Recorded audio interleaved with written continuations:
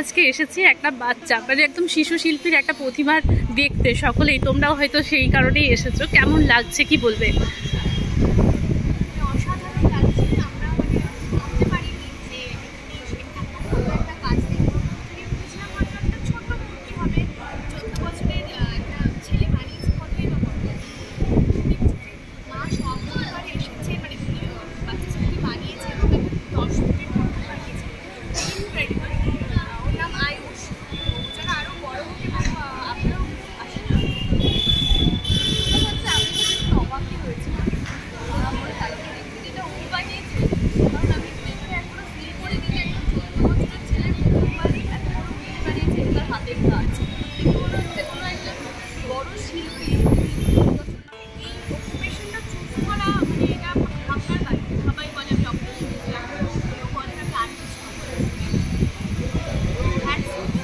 একটু আগে ওর সাথে কথা হচ্ছিল যে এই সময় দাঁড়িয়ে আমরা সবাই ফোন নিয়ে ব্যস্ত, সেখানে দাঁড়িয়ে তোমার এই ভাবনাটা কি করে?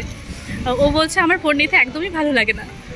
হ্যাঁ, একদমই তাই। তো ওটাই বলছি। আর সবথেকে বড় কথা, এটা ওর ক্ষেত্রে একটা ট্যালেন্ট বুঝতে পেরেছি, ওর ট্যালেন্টটা রয়েছে। এবং ওর হাতের কাজ দেখে আমরাও বুঝতে পারছি যে কতটা পরিমাণে একটা মানুষ জ্ঞান ওভাব করি। একটা জিনিসের প্রতি কত থাকলে তবে এত কম বয়সে এরকম একটা ফোন বানাতে পারে। সেই জায়গা থেকে এইটুকুই চাইবো যে এরকম জিনিসও আরও অনেকভাবে পারি যায়, মানুষ অনেক দেখতে যাক। এত ছোট বয়সে এত ছোট হাতের এত সুন্দর এত বড় কাজ,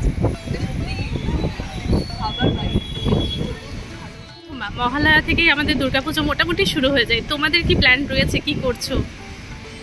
সেভাবে বলতে গেলে কোনো প্ল্যান নেই। আজকে এখানে এসে আর কি ওই পুজো একটা ভাব, ঠাকুর দেখা আর কি, এবং সেই ঠাকুর দেখা কমপ্লিট হয়নি, একটা হাফ কমপ্লিট ঠাকুর যখন দেখি না, মানে ওটাই একটা আলাদা এক্সাইটমেন্ট হয়েছে। না পুজো চলে এলো, তাড়াতাড়ি পুজো বেরোবো, খাওয়া দাওয়া করবো, ওই একটা ভাবনা আসে।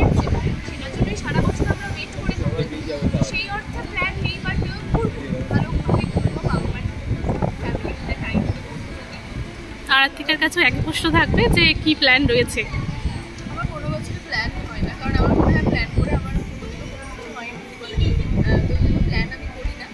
আর যেটুকু সময় পাবো পুজোতে, যে কটা দিন সে কটা দিন প্রচুর মজা করার চেষ্টা করবো, কারণ বছর পুজো আসে আর ফ্যামিলির সাথে থাকবো।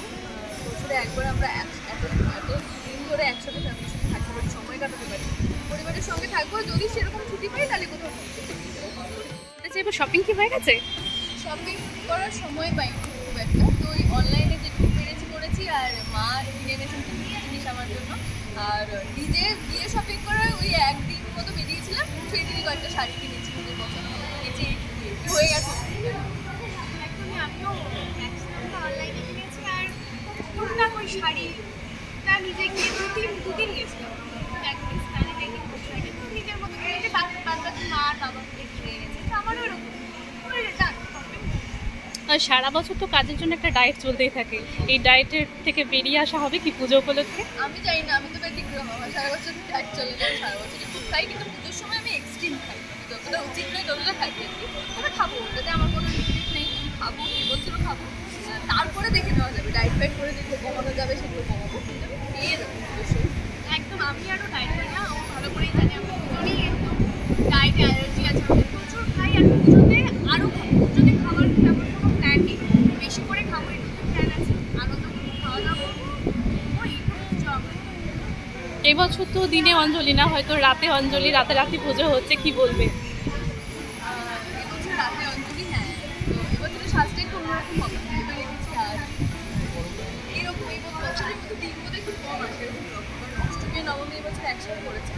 আর মজা তো করবো ডেফিনেটলি। আর অঞ্জলিটা মানে একটা ভীষণ বলবো, আমার কাছে তো সারা বছরে একটিবারই দুর্গাপুজোর অঞ্জলি দিতে পারি না, প্রচণ্ড পরিমাণে একটা এক্সাইটমেন্টের জিনিস আছে। সকাল থেকে উপোস করে থাকা, ওরা দেওয়া, প্যান্ডেলে গিয়ে উপর দেওয়া, সকলের সামনে গাওয়া আমার সঙ্গে, তো এইটা একদম রাতে আলাদা অনুভূতি। যাবো অঞ্জলি দেবো, প্রতি বছরই অঞ্জলি দিই, ভালো লাগে। টলি রিপোর্টার দর্শকদের কি বলবে? সবাই খুব ভালো করে থাকুন, সবাইকে শান্তির শুভেচ্ছা।